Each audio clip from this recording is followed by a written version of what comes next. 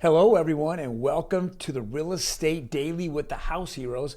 My name is Troy, and we're going to go over the latest news on today, which is January 25th. It's Tuesday. I want to go over the news that we see out there in the real estate and mortgage industry. So let's just jump right into it. First one we have here is from CNBC. Very, very interesting. They're talking about the December numbers here. And if I'm looking at this, the actual numbers of sales went down 4.6% in that month, and then annually down 7%. So this is just an indication that I think that, over the last couple of years or since COVID, we've seen a lot of homes hit the market, but the inventory's been low. So when I say a lot of homes hit the market, they held back during that time, and then the last about 16 to 18 months, then we see them just come on the market, and they're being just snatched up, really quickly by buyers. Well, unfortunately, I think we've seen a little bit of that slowdown in the last quarter of 2021, where as October hit, again, we just see, less homes hit the market. Nobody wants to put their home up up on the market, because it's the holidays, right? You got, Halloween, you got Thanksgiving, and then you got, New Year's and Christmas, of course. But I think this year, we're, at the end of 2021, we went back into a traditional real estate year because we went back into a traditional year where kids went back to school. They weren't homeschooled anymore. In August and September, we just saw kids go back to school. So the slowdown wasn't that, I could stay home and I work from home, and the kids did the daycare was home, and you homeschooled everybody, and I was able to go by and look at homes and buy a home and stay in that same mindset.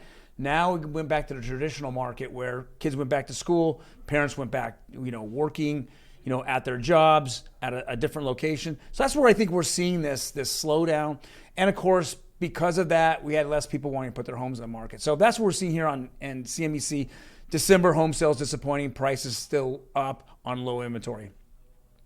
Next one we see here is actually we're stepping back to November of 2022. This is very interesting, and it kind of proves the point that I just kind of went over. It says home prices surged in November, but at a slower rate than October.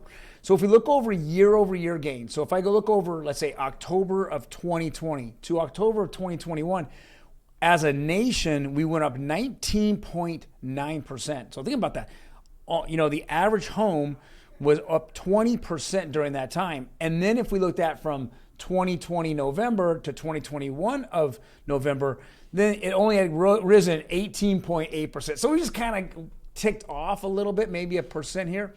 And again, I think it's just because there's just, a lot less people put their homes on the market, and it caused, a little more of a bidding war, but not to a point where it was driving home prices up as much. So when I look at these things, I make decisions on why things have just slowed down. I think just because if you were a vacant house, I think that it was easier to sell. And if you were owner occupied and you still lived in that house, yeah, you ran into that situation where you said, okay, let me put off my home, to hit the market until January or the first quarter of 2022. Another thing that came out last week, actually, that I wanted to kind of go over was very interesting. Buyers viewed just 8 homes before making their purchase. So this was on Housing Wire.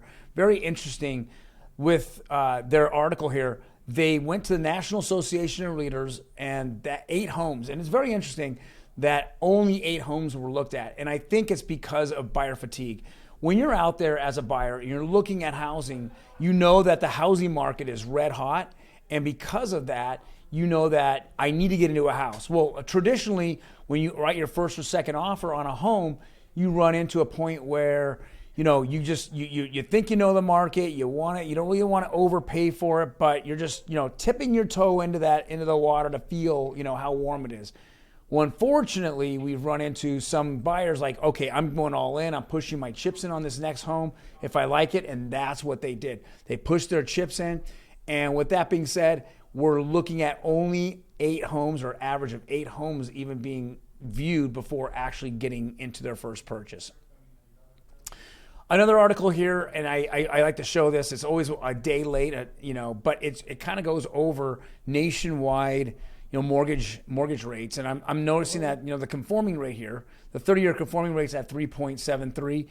FHA just kind of ticked up slightly at 3.84.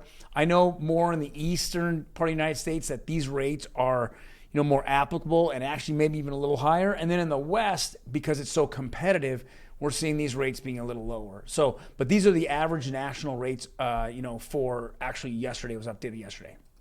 And the last article I have here is, lumber prices. And we've all known that, after the pandemic, lumber prices, it just shot up crazily. And then they've come down a little bit. But now we're starting to see that again. We're starting to see that lumber prices are going up. And that volatility has caused new home builders to actually look at their business plans and see what they're looking into the future. Now, I know that home starts, which is, how many, permits were, issued during the month of December, went up dramatically. But we are seeing that some of these home builders, all their stock prices are going down. It's because they're not sure about, what kind of pricing am I going to be having in the future? If material costs and labor costs continue to rise, then am I being priced out of the market? And I've always said that where the government can actually put their pulse on the real estate market here is to subsidize a lot of these builders and make more affordable housing. Regardless if they're giving them a $10,000 credit to lower the price $10,000 or whatever subsidy they need to do, but they really need affordable housing. We don't need to continue to see housing prices or new build prices rise and rise, and of course the builders are blaming it materials and labor. Yet we're just going to sell less and less of those new homes, and that's kind of how it goes. But I really do hope that the federal government, really realizes that some of the programs that they've talked about in the past have really not panned out as well.